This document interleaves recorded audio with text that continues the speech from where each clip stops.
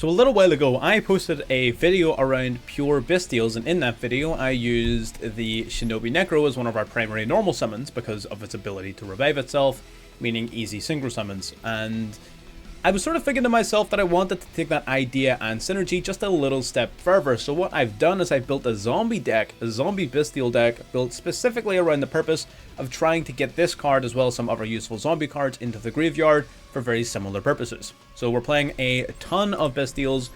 The only one we're not playing, of course, is Lubellion, and the specific reason we're not playing Lubellion is because Zombie World is going to make it so that we don't control any level 6 or higher Dark Dragons.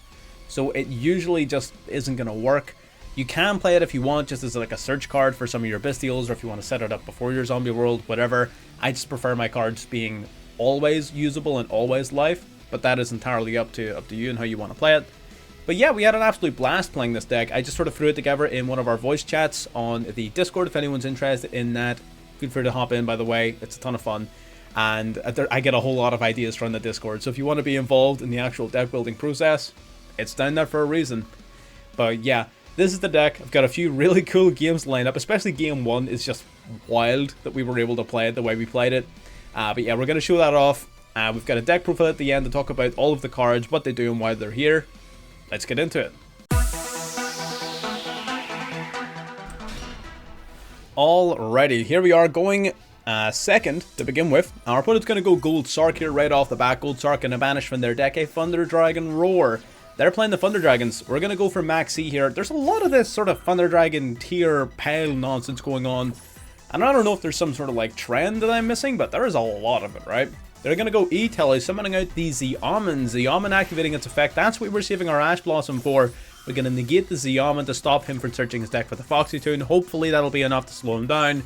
He does still have the ability, however, to go into the Chaos Ruler, and we knew that, but it means he doesn't have his Deer Note for even more extension. We're drawing a whole bunch of cards here.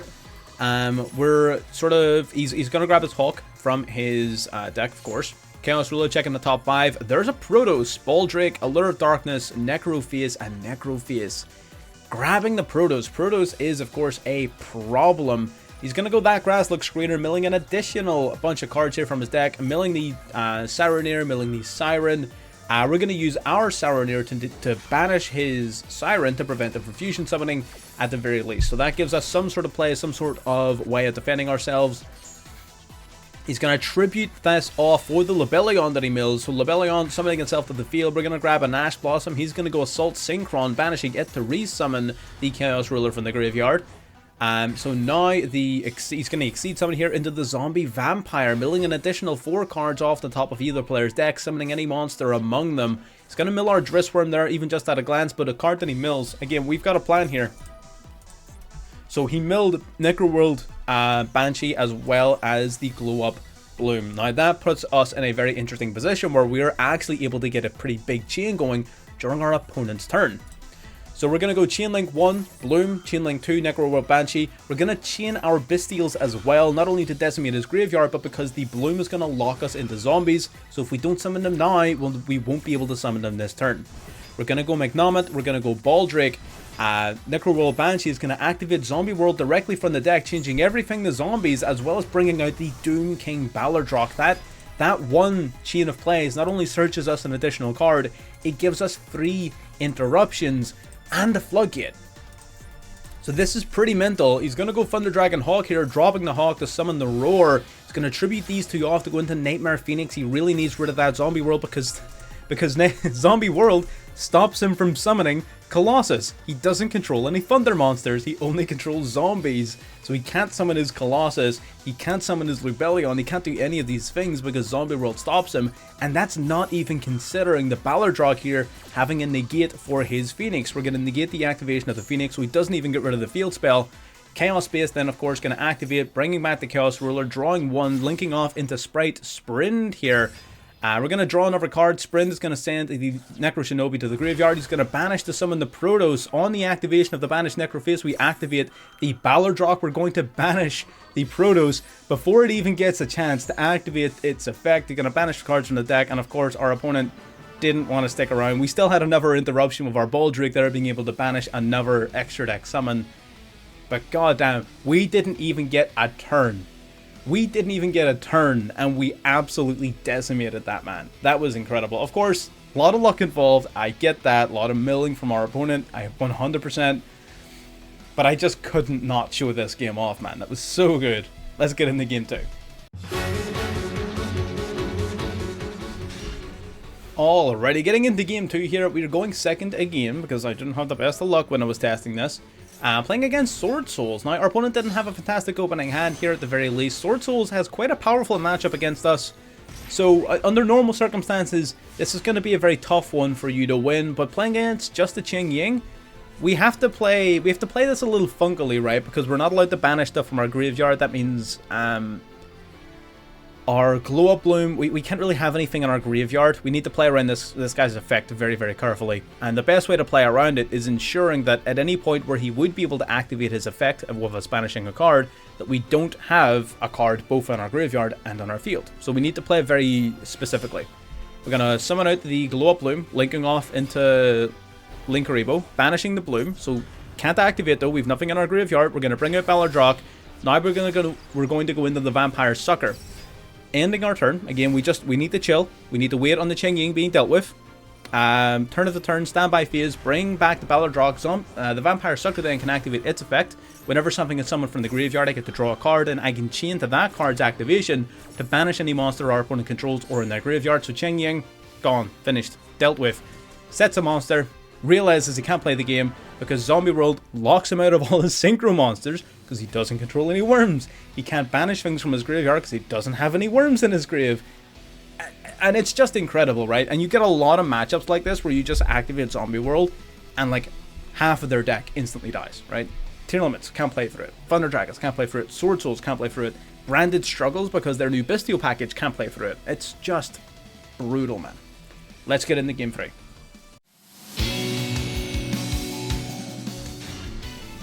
Alrighty, getting into game 3 here. We're actually going first this time, but our opening hand is decent but a bit weird. We're going to go Unizombie here. Unizombie pitching the Necro from the deck. This is going to be the actual play that the deck was intended to do. Banishing the Necro to summon the Baldrake and a Synchro Summon now off into the Chaos Ruler, the Chaotic Magical Dragon.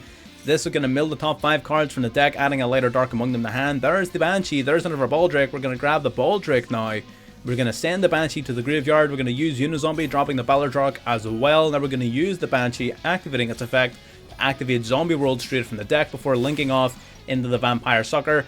Not a super, like, huge turn. Again, this isn't a very oppressive board. We're going to go standby phase here. Doom King comes back. And that, of course, triggers our Sucker to draw a card, which is pretty good. So what exactly then... This here, Zombie World, Vampire Sucker, and Ballardrock, you're going to be able to set this up in the vast majority of your games, right? This is your end board as such, right? That's not, the deck doesn't find its strength in having an end board, but this is what the deck can do, and this is a lot more powerful than it seems. First of all, you get a +1 for free. That can't be understated because we just drew an Ash Blossom of it. That +1 can be the difference between winning a game and losing a game. You have Zombie World, which, as we said, shuts down half the tier list. It shuts down Flu. They cannot tribute summon for anything that isn't a zombie, so they cannot summon their big boss monsters. Flu instantly dies. Sword Soul struggles a lot to play through this. Tier Limits struggle to play through this. Branded struggle to play. So many of the top decks struggle to play through Zombie World. The only one that isn't really affected is like Sprite. But Zombie World in general is a phenomenal card. And Ballardrock has 2 interruptions built in. Once per turn, you can negate the activation of a monster effect. It is a monster negate, as well as being able to banish an opponent's monster from their field or graveyard in response to another one of their activations. And it doesn't have to be them activating an effect, it can be you, so long as the monster is a zombie, and everything is going to be zombies. So this is 2 interruptions, and a +1, plus a floodgate, plus however many other cards you have access to. We have 1, 2, 3, 4 extra interruptions right here, and this is a perfect example of the Zombie World. We're playing against Witchcrafter, and this is just like, consider this to be a template for any deck that relies heavily upon its typing. Spellcasters only. Spellcasters only. Cannot use their effects. They go to activate this, dropping another card. We're going to call by the grave, negate and banish, and you just can't. You just can't. If your deck relies upon its typing, you simply cannot play the game through Zombie World. You will lose every single time, and I'm pretty sure our opponent, yeah, they don't stick around. I just wanted this to be like a showcase and demonstration of like, this is what the deck does. This is the end goal, of like a baseline end goal, right? And then you can have more to follow up on top of this, but I wanted this to be a demonstration of like, this is your goal. This is what you're setting up. Alright, now, I'll be the first to say this. The deck, I don't know if this is like the perfect way of playing it, of course not. I think there are probably optimizations that could be done to improve this a little bit further as I continue to play it. I haven't put a ton of hours into playing this deck before sort of making this video. I put a good bit of time in, a little bit of testing, especially sort of on the Discord. So it is definitely a really, really solid deck, but it's operating off of principles that I'm extremely familiar with. Namely, Ballardrock. We just took the best parts out of zombies. We took the best part of zombies, which is the zombie world, the Doom King, and the consistency cards. We combined it with Bystials, which are currently like a top tier sort of interruption and threat, and we just built the best of both worlds. And this is what we come up with. Let's talk about the deck. In terms of hand traps, we're pretty much playing our anti-maxi package, triple maxi, triple ash, call by, and crossout. That's the anti-maxi package, mandatory in basically any deck that wants to play Yu-Gi-Oh! And we threw in a double imperm. Double imperm's nice. Again, if you don't want to play it, you don't have to. You can cut it. We were initially playing a shitload of hand traps. We were playing tons. We were playing like Bell and everything in here. But we just wanted more engine. That's where the tuning engine came in. We played tuning over all of those extra hand traps. But if you wanted to cut down, you could. Like if you don't want to play the tuning engine, cut it. You don't need it. It's just nice. Getting into the actual zombies then. So the zombie cards themselves operate around Unizombie. So this card can send a monster from your hand to the graveyard to boost the level of a card in the field by 1, or send a zombie from your deck to the graveyard to boost the level of a zombie by 1. So basically he's just pitching all of your cards to grave to modulate levels. Now the level modulation is neat. I don't know why I committed the deck list there. The level modulation is neat, but it's definitely not the reason you're using it. You're primarily using it to pitch useful cards to the grave, like your Shinobi Necro, your Necroworld Banshee, or your Ballardrock, or if the stars have aligned and you already have everything else, occasionally even your Glow Up Bloom, but typically not this. Usually it'll be your Shinobi Necro or your Necroworld Banshee, or if you've already have one of those, you can also pitch your Ballardrock. Whatever it is you're looking for. But Unizombie basically facilitates your entire zombie engine. So what exactly does the zombie engine do? Well, the Shinobi Necro, when banished from the graveyard, will resummon itself to the field from the banish pile, which works perfectly alongside all of your Bystials. That was the inherent sort of synergy that I had planned to work with the deck. So it means you can banish it off of one of your Bystials. You've got a level 6 now in the field. This will activate, bring itself back. There's a level 2 tuner, level 6 non-tuner. There is a Chaos Ruler play, which of course Chaos Ruler milling a bunch of cards is extremely valuable. The Necroworld Banshee will quick play banish itself from the field to activate a zombie world straight from your deck or hand, which is absolutely incredible. Or sorry, your deck or hand? It is deck or hand. It is, yeah. Sorry, I misread that. It's deck or hand. Which is incredible, especially if you mill it during your opponent's turn, or if it's sent to the graveyard off an opposing Kelbeck or Agido or whatever. So this card's insane. Grants you instant access to Zombie World. We have Doom King Ballardrock, which is the boss monster of the deck. During the standby phase, if there is a face-up field spell, this card will resummon itself back to the field from the graveyard. He has 2 effects built in. If a zombie monster activates its effect, he can, once per chain, either negate that effect or banish 1 monster from the field or graveyard, which is incredible. And remember, because of Zombie World, basically every monster is going to be a zombie, which means Ballardrock can negate or banish in response to basically every monster effect. So he's a 2 interruptions built into 1 level 8 2800 beater that always comes back every single standby phase. This card's incredible. We're running 2 only because we're sort of a little bit afraid of Bystials. So we are definitely running a backup copy just in case our first one gets banished, but this card is insane. We have Shiranui Solitaire, basically contribute a zombie on your field to special summon a tuner from your deck with 0 defense. That's your Unizombie. Think of this guy just as 2 additional Unizombies. And the last card in our zombie package, of course, is the Glow Up Bloom. Glow Up Bloom, when sent to the graveyard, can banish itself to either add one level 5 or higher zombie from your monster, from your deck to your hand, or if you control Zombie World, you can special summon that monster instead. So Glow Up Bloom can give you instant access to a Ballardrock. Now you don't need that. Again, it's pretty neat. It comes up on occasion. You can definitely play this card at 1 if you don't want to play 41 cards. I don't think you need more than 1 of this. It is occasionally useful, but you're definitely not reliant upon it because, like I said, this guy comes back at every standby phase anyways, so usually just milling him is going to be more than good enough. So I wouldn't worry too much about that. Now, in terms of the Bystials, yeah, in terms of Bystials, we're just playing 1 Magnemite, 3 Sireneer, 1 Drissworm, 3 Baldric, just as many as we can get away with. Spamming our Bystial engine as much as we can. Again, these cards, easy sort of interruptions during your opponent's turn, banishing stuff from their graveyards. Huge beaters, non-tuners for your synchro summons. What's not to like? Bystials are crazy. I've talked about them a lot on the channel. I'm not going to bore you by going over each of them individually, but they're all really good. We've got Assault Synchron and Tuning. So Tuning in particular is a good spell in this deck because not only do you get to search your deck for your Assault Synchron, you also get to mill a card from the top of your deck to the graveyard. And it is only 1 mill. It is small. It's not going to... Well, most of the time it's not going to win you the game. But that one little extra card can be the difference between hitting something off of your Chaos Ruler and not hitting something off of your Chaos Ruler. So it does. It definitely adds up because you're taking 2 cards out of your deck. There's 0 cost. It's not once per turn. So this is definitely one of the best searching spells in the entire game, to be perfectly honest.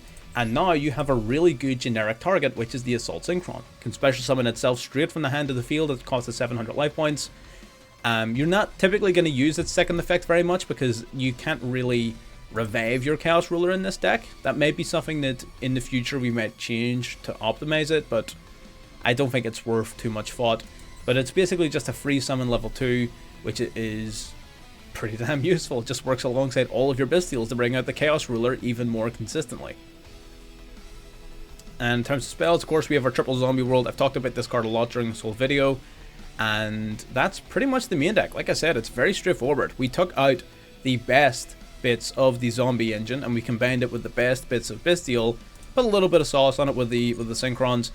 But in general, it's just the core of both. So they operate very simplistically. We removed all the trimmings, all of the extra stuff, all of the bricks, all of the garnets, all of the plays that come up once in a blue moon. No, we're just playing the best of the both, which puts us in a very solid position. Speaking of solid, getting into the extra deck, you're not gonna... This isn't like a combo deck as such. You're not gonna be spamming out your entire extra deck frame 1 like you are in certain other decks that I've uploaded. But you will be making consistent use of the Chaos Ruler. To the point where you probably want to cut one of these other cards and play a second copy of this guy because he's pretty damn good. I'm not gonna lie to you, he's pretty good. I would probably cut Wallow and play a second Chaos Ruler. Because like I said, you can't really resummon this guy in this deck because you don't play any lights at all. So having a second copy may be useful. But either way, if this card is synchro summoned, check the top 5 cards of your deck, grab any lighter dark monster among them and add it to your hand, and send the rest to the graveyard. So he's just basically milling 5 cards as well as potentially grabbing you a combo piece and your Assault Synchron potentially, or one of your Bystials among the top. I mean, you run, what, 8 Bystials? The chances of one of those 8 not being in the top 5 of your deck is pretty low. You're guaranteed to grab at least one of them, almost guaranteed, unless you've already like opened up with a bunch of them in hand already. Axel Synchro, generic sort of level 8 Synchro monster, can revive a level 2 or lower tuner on summon. And sometimes it's useful. Braun de Fleur and Cheng Ying, both just generic level 10 boss monsters, pretty solid cards. The Psychic and Punisher. So the Psychic and Punisher is here because you're sort of modulating your levels of your Unizombie a bit. So your level 10s is what you would use if you only used Unizombie's effect once and boost this card up to level 4. 4 plus 6, obviously with your Bystials, there's your level 10. In a pinch, if you need to boost this card up to level 5 using its second effect, if you need to use both of them in one turn, means you now have a level 5 and a level 6, and to get some value out of it, you might as well play the Psychic and Punisher. At least that gives you a summonable boss monster out of that situation. Not very common you're going to rely on this, but it is definitely possible. Number 38, you summon a lot of level 8s. What might be better than this card is, instead of playing this, you might want to play the Photon Lord. Now, normally I don't sort of distinguish between the two. I think they're both generic sort of rank 8s and they're both pretty good cards. The only reason I would suggest playing this card over the Hope Harbinger is because it actually detaches its material to activate its effect, which normally is a bad thing because that gives you limited usages of its effect. But in this deck, that's something of a good thing, because usually one of your level 8s is going to be your Ballardrock, and you're going to want to have this card in rotation. So again, sometimes needing to detach a material is not a bad thing. You can play the Hope Harbinger instead, or maybe even play both. It depends on how often you find yourself going into level 8s. But ultimately, choose one or the other. But I feel like the Photon Lord probably has the edge in this particular match. Zombie Vampire, get milling. This card can detach a material to mill the top 4 from both players' deck, and you revive any monster listed among them. Pretty solid card for milling a bunch of extra cards. You're not as concerned about, usually you don't really want to use this guy because of tier limits, right? Because tier limits will activate all their fusions and stuff from the graveyard. You're not as worried about that in this deck because your zombie world completely shuts tier limits down. They can't do it. So as long as you're setting up your zombie world either before the zombie vampire, or if you're feeling lucky, setting it up with your zombie vampire, it means that tier limits just can't do anything. So it's not as risky in this deck as it is in others, so go nuts.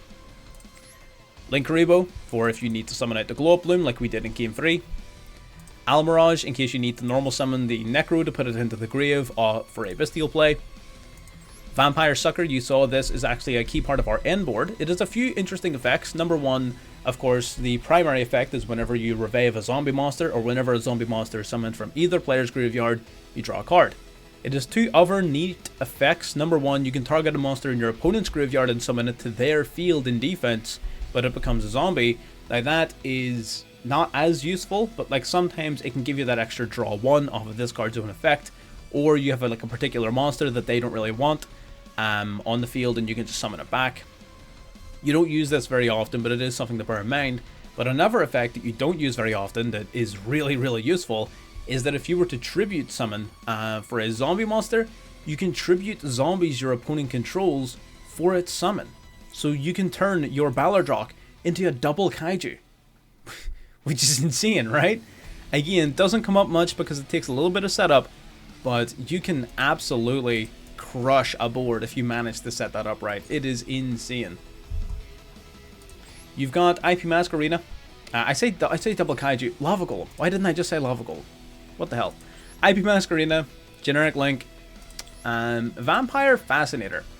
Fascinator is fascinating. Basically, you target a monster in your opponent's graveyard, special summon it to your field in defense, and then you can tribute a vampire monster you control to target a card your opponent controls and take control of it. So you can basically yoink 2 of your opponent's cards. It's neat. It's sort of, well, it's fascinating, as the name says. I wanted to play around with it to see how often it would come up, to see sort of what the plays would be if we were doing it. It is sometimes useful alongside the zombie vampire, because with the zombie vampire, if you control a monster your opponent owns, like if you control an opponent's monster, you can use it as a level 8 for this guy's summon, which means that you're no longer needing to put out 2 of your own level 8s to bring this guy out. So that's a possibility. It didn't come up very often. It didn't come up really at all, to be honest, in the testing, and I can't see it coming up very often. So if you wanted to play something else, like if you really wanted a slot for the Harbinger, you could play it there if you really wanted to. But the Fascinator, again, it's definitely not a bad card. We have access code, generic link, sort of beatdown, and lastly, Underworld Goddess to give us an out to the Psychic M Punisher and Full Armor and all of those types of cards. And there you go, there you have it. That is the deck list. It's a lot of fun. Again, I dare say there is still room for optimization here. If there's any sort of big zombie heads out there who's watching this, if you have any suggestions, if I've missed out any really important cards or combos, leave them down below and I'll revisit it. Or you can even hop into the Discord, throw your ideas in there, and then we can review the deck together. That's everything I have to say on it. Subscribe if you got this far, like if you haven't liked the video, and I'll see you next time. Bye bye.